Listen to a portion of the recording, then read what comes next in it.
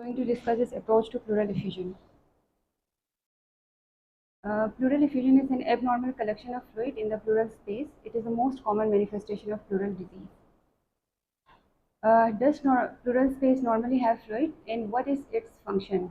Normally, pleural fluid contains 1 to 5 ml of clear fluid, which arises from the systemic pleural vessels, flows across the leaky pleural membranes into the space, and exits via parietal pleural lymphatics. Entry rate of pleural fluid is approximately 0.13 ml per kg, and half-life of the pleural fluid turnover is about 6 to 8 hours. Normal pleural fluid में जो contents हैं इसमें pH है normally 7.60 to 7.64, protein content of less than 2%, that is 1 to 2 grams per deciliter, glucose same as plasma glucose levels, and WBC count is less than 1000, and LDH is less than 50% of plasma. Types of pleural effusion. Pleural effusions are generally classified on the basis of mechanism of fluid formation and pleural fluid chemistry. इसमें transitive और exudative में differentiate करते हैं on the basis of protein content. If protein content is less than 2.5 grams per deciliter, then it is transitive, while more than 3 grams per deciliter, then it is exudative. In between 2.5 to 3 grams per deciliter, we apply the Light's criteria, which is as follows. Pleural fluid protein to serum protein ratio अगर less than or equal to 0.5 है तो that is transitive, अगर more than 0.5 है तो फिर exudative होगा. Pleural fluid LDH to serum LDH ratio less than or equal to 0.6 तो transitive होगा, और अगर more than 0.6 है तो फिर exudative होगी. और pleural fluid LDH is less than 2/3 of the serum LDH level, then it is transitive. If more than 2/3 of the serum LDH level, then it is exudative. Etiology में different causes हैं. Exudative effusion के जो common causes है इसमें infection हैं, इसमें पैरानोमोनिक effusion, tuberculosis, इसके अलावा न्यूप्लास्टिक हो सकते हैं, प्राइमरी लंग मैलिग्नेंसी, और may be due to metastasis from other side, collagen vascular disease, drugs, post radiation trauma. Transitive में ज़्यादा कॉमन कार्डियक कॉजेज है, जैसे कंजेस्टिव कार्डियक फेलियर हो, renal cause like nephrotic syndrome, hepatic failure, malnutrition, hypothyroidism. On the basis of naked eye examination, pleural fluid can be broadly classified into clear, cloudy, and bloody. If fluid appears bloody, then hematocrit should be advised. If hematocrit level is less than 1%, then it is not significant. If it is between 1 to 50%, then most probable cause is malignancy or pulmonary embolism. If hematocrit is more than 50% of the blood, then it indicates hemothorax. Trauma is the most common cause of hemothorax. If RBC count in the pleural fluid is obtained accurately, then we can estimate hematocrit levels by dividing RBC count by 100,000. These are the gross appearance. इसमें left most पे straw coloured है, फिर blood stain, purulent और chylous fusion. This is the fluid. अगर इसमें glossy पस हो then it suggests empyema. Foul smelling fluid indicates anaerobic infection. Black colored fluid usually में होते हैं fungal infections like Aspergillus Niger and Rhizopus. Milky और cloudy fluid suggest काइलोथोरक्स और सूडोकाइलोथोरक्स. These two diseases can be differentiated on the basis of patient history. इसके अलावा जो plural fluid में आप कर सकते हैं, काइलोथोरक्स में ट्राइग्लिसराइड लेवल यूजुअली हाई होते हैं, more than 110 milligrams per decilitre, और कोलेस्ट्रॉल लेवल लो होगा, कोलेस्ट्रॉल क्रिस्टल्स नहीं होंगे, और काइलोमाइक्रॉन्स यूजुअली प्रेजेंट. और सूडोकाइलोथोरक्स में ट्राइग्लिसराइड लेवल्स कम होंगे, काइलोमाइक्रॉन्स एब्सेंट होंगे, कोलेस्ट्रॉल लेवल ज़्यादा होगा, more than 200 milligrams per decilitre, and cholesterol crystals are usually present. Causes of chylothorax usually traumatic और नॉन ट्रॉमेटिक दोनों तरह से हो सकते हैं. ट्रॉमा में most common cause is thoracic surgery. इसमें अगर पोस्टीरियर मेडियास्टिनल सर्जरी हुई है तो देट इज़ द कॉज. इसके अलावा थोरेसिक इंजरीज हो सकती है. नॉन ट्रॉमेटिक कॉजेज में नियोप्लाज्म है, लाइक लिम्फोमा और मेटास्टेटिक कार्सिनोमा. बाकी रेयर कॉजेज में लिम्फेंजियोमेटोसिस और इडियोपैथिक भी हो सकती है. सूडोकाइलोथोरक्स कॉजेज में tuberculosis and rheumatoid arthritis. pH is very important in pleural fluid, especially in malignant effusion. If low pH is associated with high malignant cell turnover, failure of fluoridases, and poor prognosis.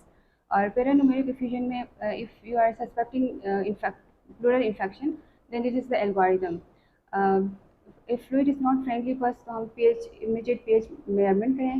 pH में भी ये है कि आपने हेपरिनाइज syringe में fluid लेना है और एबीजी एनालाइजर के साथ मतलब अब करना होता है. जो बाकी हम लोग यूजुअली रूटीन में वार्ड्स में जो भेजते हैं वो पीएच इज़ नॉट एक्यूरेट, इसमें हेपरिन सिरिंज में करना होता है।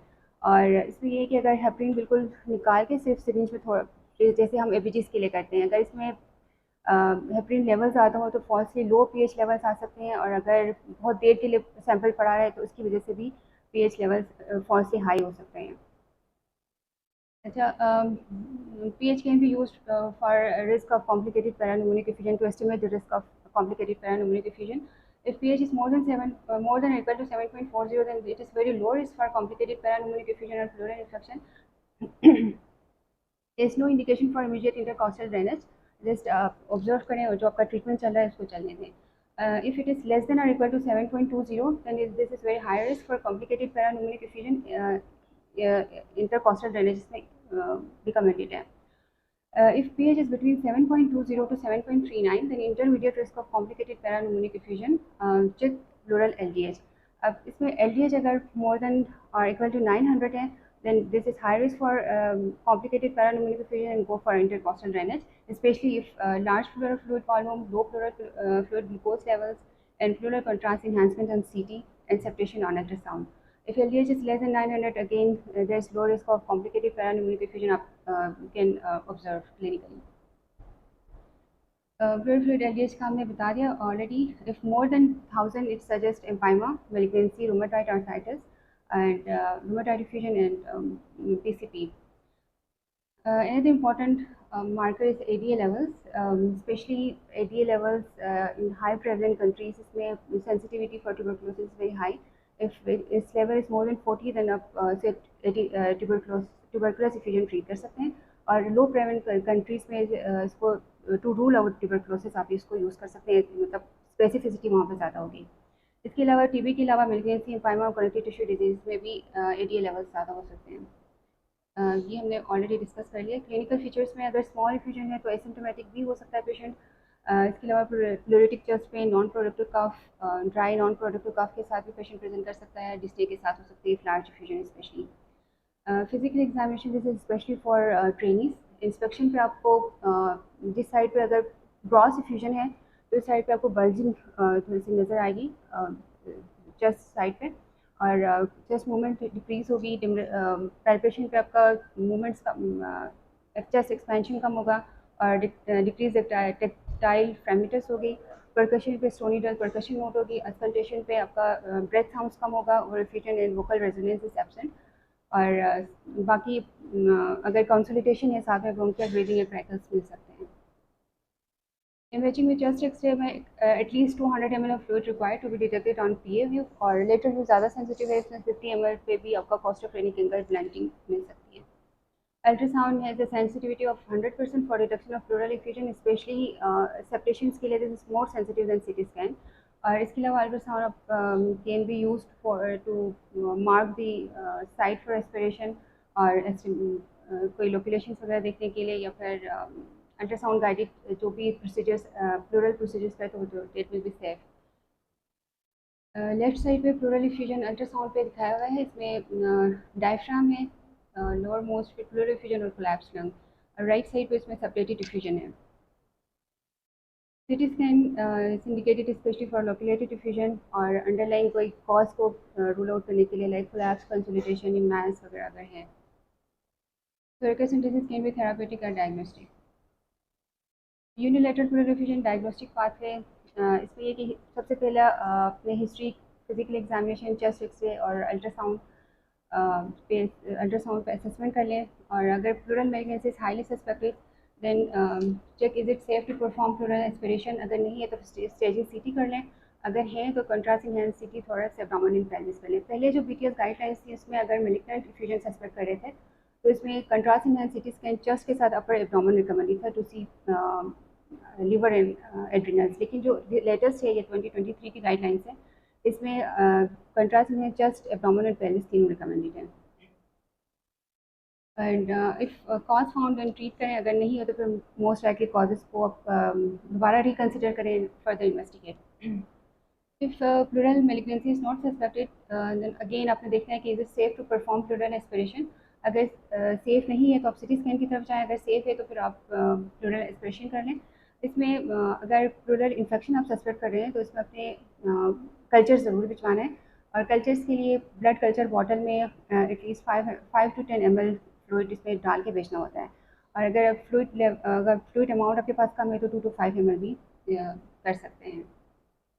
And additional test according to the suspected जो भी क्लिनिकल आप सस्पेक्ट करें, जिसमें गाइलोथोरेक्स अगर हैं तो प्लूरल फ्लूइड, कोलेस्ट्रॉल है, ट्राइग्लिसराइड लेवल्स, हीमोथोरेक्स है तो फिर pleural fluid, haematocrit levels, empyema और काइलोथोरेक्स में डिफ्रेंशिएट करने के लिए सेंट्रीफ्यूज कर सकते हैं। सेंट्रीफ्यूज पे आप एम्पाइमा में सेंट्रीफ्यूजन के बाद आपको सुपर क्लियर जो सुपर नेटेंट आपका अलग हो जाएगा, लेकिन काइलो से फ्यूजन अगर है तो फिर उसमें अलग नहीं होगा। इसी तरह कार्डियक फेलियर की वजह से है तो serum, anti pro BNP levels, pleural fluid levels भी कर सकते हैं, लेकिन serum is more sensitive and therefore it's recommended. और मैनेजमेंट में supportive treatment, oxygen if saturation is less than 92%, fluid therapy if dehydrated or unable to release water, initiate IV antibiotics। इसमें depend करता है कि आपका इन्फेक्शन हॉस्पिटल एक्वायर्ड है या फिर कम्युनिटी एक्वायर्ड है। कम्युनिटी एक्वायर्ड में यूजुअली ग्राम पॉजिटिव ऑर्गेनिजम्स और एनारोब्स का भी कवर देना चाहिए, जिसमें कि उन्होंने एक एग्जाम्पल रिजीम दिया हुआ था। सेकेंड जनरेशन फेरोस्पोरिन आपने देना है, इससे फिर एग्जाम प्लस मेट्रोनिडाजोल स्टार्ट करें। और अगर हॉस्पिटल रिक्वायर्ड है तो इसमें अपने ग्राम निगेटिव प्लस मर्सा कवर देना है, वीरोपिनम और वेंकोमाइसिन। और बाद में आप प्लूरल फ्लूइड कल्चर या ब्लड कल्चर के साथ रिपोर्ट के साथ स्टेप डाउन कर सकते हैं। एनर्जीजिया इन एंटीपायरेटिक्स और चेस्ट रेडियोग्राफी। मेडिकल ट्रीटमेंट में ऑलरेडी हमने डिस्कस कर लिए। ट्यूबरक्लोसिस अगर है तो उसमें वही एटीटी अपने स्टार्ट करने हैं, 2 months of intensive phase and 4 months of continuation phase. और ट्यूबरकुलस प्लूरल इफ्यूजन में steroid is not recommended according to guidelines. Pericardial effusion में है लेकिन प्लूरल फ्लूइड में नहीं है, लेकिन अगर सब पेशेंट्स हैं तो यूजुअली प्रैक्टिस में दे देते हैं। कंजेस्टिव कार्डियक फेलियर अगर है तो treat with diuretics and other in failure medications. Surgical indications for tube thoracostomy, इसमें failure to respond to antibiotics. अगर more than 50% of hemithorax fluid है, लोकुलेशन से सफिशिएंट से एयर फ्लूइड लेवल या हाइड्रोलूमोथोरेक्स आपका मिल रहा है और ग्राम स्टेन पे या कल्चर्स पे पॉजिटिव आता है pleural fluid, that is indication for tube thoracostomy. And we have already discussed pH level less than 7.2, LDH level more than 900 and glucose less than 40 milligrams. और ग्लूकोज और पीएच का अगर हमारे पास पीएच हम नहीं कर सकते, ग्लूकोज लो पीएच के साथ यूजुअली ग्लूकोज लेवल्स कम होते हैं तो हम इनडायरेक्टली ग्लूकोज को ऐसे यूज़ कर सकते हैं। और फ्रैंक पर से डायग्नोस्टिक सिंथेसिस या सिटी चेस्ट पे split pleural sign that is specific for empyema. This is a chest drainage. Open thoracotomy is recommended for persistent pleural sepsis and failure of less invasive procedures, especially when vets cannot adequately access the pleural space. This is the optimal method for successful debridement and decortication. Decortication early भी हो सकती है, late भी हो सकती है। Early to control pleural sepsis and late to treat the symptomatic restrictive ventilatory defects. Treatment options for malignant effusion इसमें different it depends upon the patient's prognosis, functional status क्या है, type of underlying malignancy क्या है। इसमें repeated और pleural aspirations कर सकते हैं, स्पेशली जिनकी प्रोग्नोसिस बहुत कम है, लेस देन 30 days, तो उसमें आप बजाय इसके कि चेस्ट इंट्यूबेशन की तरफ जाएँ, रिपीटेड एस्पिरेशन करें। इसके अलावा इंटरकोस्टल चेस्ट ड्रेनेज एंड फ्लूरिडेसिस और पेरिएटिव ट्रीटमेंट्स में ऑप्शन हैं। थेरापेटिक प्लूरल एस्पिरेशन जब भी करते हैं तो इसमें मैक्सिमम 1.5 लीटर्स तक निकाल सकते हैं एक टाइम पे, क्योंकि इससे ज़्यादा निकालेंगे तो रीपरफ्यूजन पल्मोनरी एडिमा हो सकती है। और वो भी 1.5 तक भी अगर पेशेंट सिम्टोमेटिक ना हो, चेस्ट पेन या डिस्नी की कंप्लेंट ना करता हो बीच में।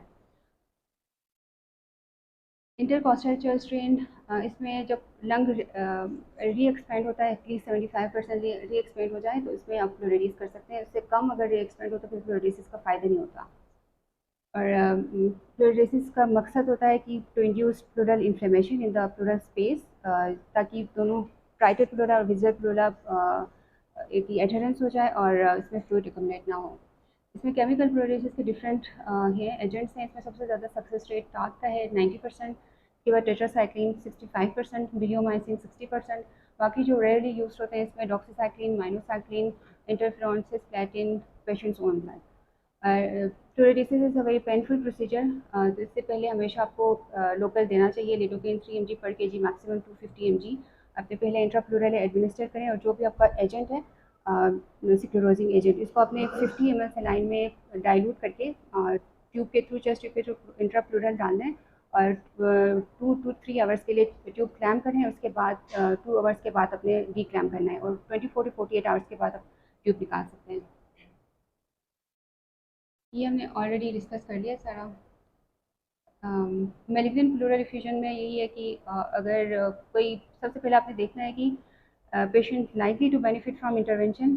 अगर नहीं है तो फिर best supportive treatment. If yes then fluid amenable to intervention. अगर नहीं है तो फिर वॉचफुल वेटिंग। अगर कर सकते हैं तो देखना है कि कंसिडर लंग री एक्सपेंडेबल है कि नहीं है।